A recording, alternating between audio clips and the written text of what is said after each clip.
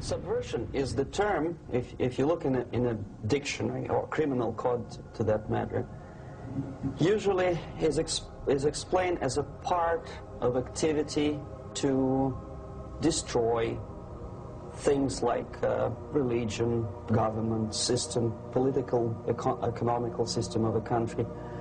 And usually it's linked to espionage and such romantic things as blowing up bridges, sidetracking trains, cloak and dagger activity in Hollywood style. What I'm going to talk about now has absolutely nothing to do with the cliché of espionage or KGB activity of collecting information. So the greatest mistake or misconception, I think, is that whenever we are talking about KGB, for some strange reason, starting from Hollywood movie makers to professors of political science and quote-unquote experts on Soviet affairs, or Kremlinologists as they call themselves, they think that the most desirable thing for Andropov and the whole KGB is to steal blueprints of some supersonic jet, bring it back to Soviet Union and sell it to the Soviet military-industrial complex. This is only partly true.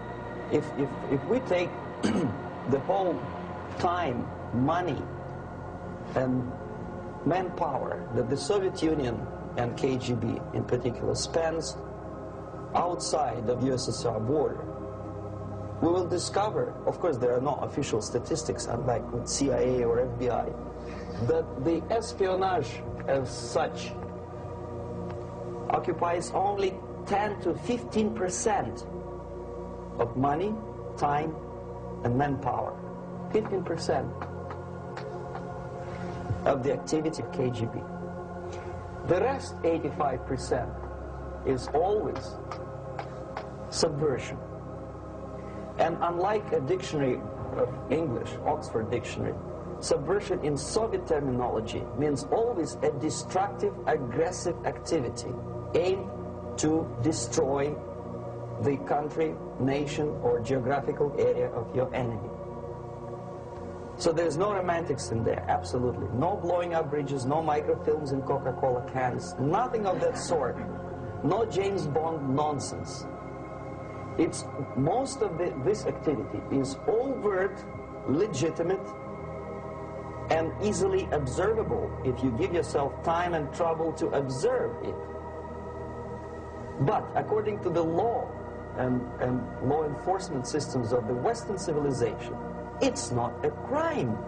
Exactly because of misconception, manipulation of terms. We think that subverter is a person who is going to blow up our beautiful bridges. No, subverter is a student who comes for exchange, a diplomat, an actor, an artist, a journalist like myself was 10 years ago. Now, subversion is an activity which is a two-way traffic. You cannot subvert an enemy which doesn't want to be subverted. If you know history of Japan, for example, before 20th century, Japan was a closed society. The moment a foreign boat comes to the shores of Japan, the Imperial Japanese Army politely tells them to get lost. And if American salesman comes to the shore of Japan, let's say 60 or 70 years from now back, and says, oh, I have a very beautiful vacuum cleaner for you, with the good financing, says, please leave us, we don't need your vacuum cleaner. If they don't leave, they shoot them to preserve their culture, ideology, traditions, values intact. You were not able to subvert Japan. You cannot subvert Soviet Union because the borders are closed. The media is censored by the government. The population is controlled by the KGB and internal police. With all the beautiful glossy pictures of Time magazine and Magazine America, which is published by the American embassy in Moscow, you cannot subvert Soviet citizens because the magazine never reaches Soviet citizens. It's collected from the newsstands and thrown to garbage can. Subversion can be only successful when the initiator, the actor, the agent of subversion has a responsive target. It's a two-way traffic. United States is a receptive target of subversion. There is no response similar to that one from United States to the Soviet Union. It stops halfway somewhere. It never reaches here. The theory of subversion goes all the way back 2,500 years ago.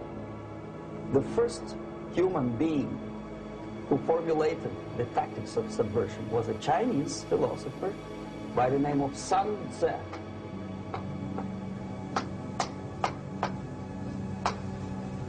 2,500 years BC. He was an advisor for several imperial courts in ancient China. And he said, after long meditation, that to implement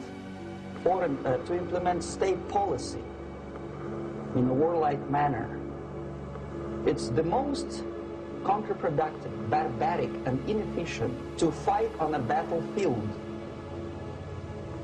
You know that war is continuation of state policy, right? So if you want successfully to implement your state policy and you start fighting, this is the most idiotic way to do it. The highest art of warfare is not to fight at all,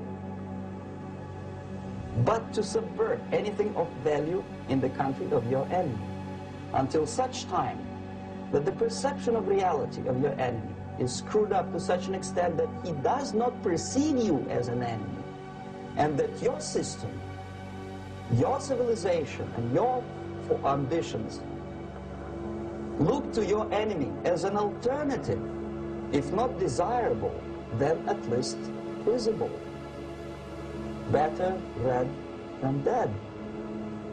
That's the ultimate purpose, the final stage of subversion, after which you can simply take your enemy without a single shot being fired, if the subversion is successful. This is basically what subversion is.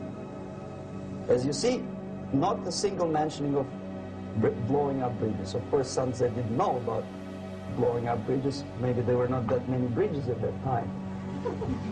But the basics of subversion is being taught to every student of KGB school in USSR and to officers of military academies. I'm not sure if the same author is included in the list of reading for American officers, to say nothing about ordinary students of political science. I had difficulty to find the translation of Sun Tzu in the library of a university in Toronto and later on here in Los Angeles. But it's a book which is not available. It is forced to every student in USSR. Every student who is taught to be dealing further in his future career with foreigners.